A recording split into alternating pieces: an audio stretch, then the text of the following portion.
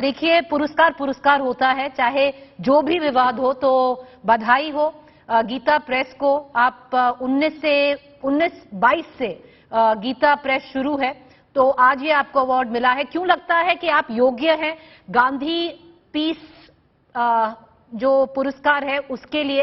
अब कांग्रेस इसमें कह रही है सर कि ये अवार्ड अगर दिया जाए आपको तो गीता प्रेस को देने से अच्छा है कि गोडसे को ही दे देते ये अवार्ड। आपको इक्वेट कर रही हैं? इस विषय में हम कोई भी टिप्पणी नहीं करेंगे, क्योंकि गीता प्रेस शुरू से ही किसी भी विवादित बातों के लिए अपना कोई रिएक्शन नहीं देता है। जैसा कि हमने पहले भी आपको कहा कि हमारे पुस्तकों में ही कोई समालोचना का शीर्षक नहीं है, इसलिए हम इस पर कोई भी टिप्पणी करने से इनकार करते हैं। अग्रवाल साहब, 1922, 1922, 23 से गीता प्रेस ने पता नहीं कितनी करोड़ पुस्तकें पब्लिश की होंगी। जो मोस्ट कॉमन डिनोमिनेटर होता है सनातन धर्म को वहां तक पहुंचाया है, यही आपका उद्देश्य है, जो आप बार बार गीता प्रेस हमेशा यही बोलता है। पर जो कॉन्ट्रडिक्शन आता है अग्रवाल साहब, वो आता है कि जो गीता प्रेस है, जो महात्मा गांधी के उद्देश्य थे, चाहे वो हरिजन समाज ले लीजिए, दलित समाज ले लीजिए, उससे परे था गीता प्रेस की जो पब्लिकेशंस थी कि हिंदू सनातन के धर्म कास्ट होती है, उसमें दलित होता है। तो उस वक्त 1940 टू 1950s में दोनों विचार मिलते नहीं थे। जो गीता प्रेस के फाउंडर थे और महात्मा गांधी का, ये कहा जाता है। और फिर ऑफ कोर्स कांग्रेस तो ये भी जोड़ रही है कि जो सेक्युलरिटी है वो मिसिंग है, जो गांधी जी के सेक्युलर क्रेडेंशियल्स हैं वो गीता प्रेस से मिसिंग है। गीता प्रेस की स्थापना 1923 में हुई थी और कल्याण पत्रिका हमारी 1926 से प्रकाशित होती है।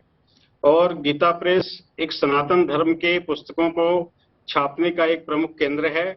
और सनातन धर्म, जैसा कि इसके नाम में ही निहित है, ये सर्वधर्म समभाव के आधार पर चलता है।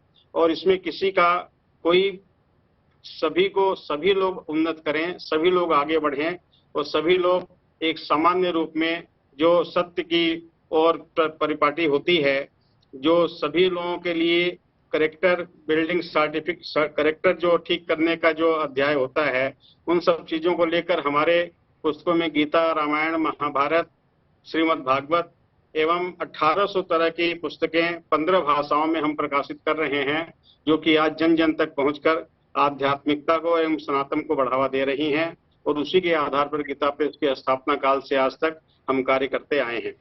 अग्रवाल साहब, जो कांग्रेस कह रही है और एक तबका कह रहा है कि जो गीता प्रेस है, जो गांधी जी के पूर्व प्रिंसिपल्स थे, अगर वो दलित समाज को लेके कि दलित मंदिर जा सकते हैं, वो परे था। जो गीता पब्लिकेशन के जो बहुत सारे आर्टिकल्स 1940, 50, 60s तक जो चले थे, क्या वो सही है? जो कांग्रेस का चार्ज है, क्या गीता प्रेस और गांधी जी के उद्देश्य नहीं मेल खाते थे? सेकुलर शब्द तो 1985 के आसपास हमारे संविधान में जुड़ा है, उसके पहले इस तरह की कोई बात नहीं थी। और सेकुलर शब्द अपने आप में किस रूप में है, हम इसको बहुत ज्यादा डिफाइन नहीं कर सकते, लेकिन हमारा जो उद्देश्य है कि जन जन तक आध्यात्मिक भावनाओं का प्रचार प्रसार हो, जन जन तक आध्यात्मिक भावनाएं बहुत सस्ते से सस्ते मूल्य में पहुंचे, इसी उद्देश्य को लेकर गीता प्रेस शुरू से कार्य करता रहा है और उसी रूप में आज भी कर रहा है।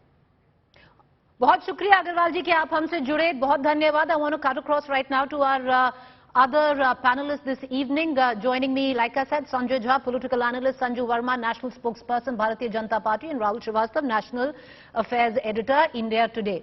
Sanju Verma, the controversy is what? That the Congress is saying, nobody is saying that Gita Press is bad, but to give Gita Press an award which is named after Mahatma Gandhi's Peace Prize, when in 1940s, 1950s, there's corroborated evidence to suggest that Gandhi ji and the founders of Gita Press were not on the same page when it came down to how they viewed Dalits, especially Dalits going into temples, number one. Number two, the founders of Gita Press were arrested when Gandhi ji was assassinated. Number three, that one of the magazines at that point of time published by Geeta Press, Kalyan did not even mention the assassination of Mahatma Gandhi. I'm sure you're also going to turn around and tell me that in 1992 it was this very government, the Congress, which published or in fact took out a postal stamp of one of the founders of Geeta Press. Go ahead, ma'am. Thank you, Preeti. You preempted me on a couple of things. Thank you for putting the entire thing in context and giving us a very comprehensive perspective. I just have this to say. I'm not disputing the fact that there may have been controversies, because do remember, as you rightly said, Geeta Press was founded in 1923 and the publications from Geeta Press started somewhere in 1926-27. Through the decades, right from the Khilafat movement to the birth of RSS, to India's independence struggle, to the making of India under the Nehruvian era, to the rise of Hindu nationalism, and I say that very proudly without batting an eyelid, the rise of Hindu nationalism under Prime Minister Narendra Modi. I think Geeta Press has had an epoch-making journey with several milestones. For us to deny Geeta Press the Gandhi Peace Prize, which I think they rightfully deserve, for having made Hinduism relatable, affordable, portable and accessible to the lowest common denominator by way of their Kalyan magazine, which reaches more than 2 lakh households. I just have one simple question. Why should Geeta Press not be given the Gandhi Peace Award, as Tarun Chugh today said, and very rightfully he said so.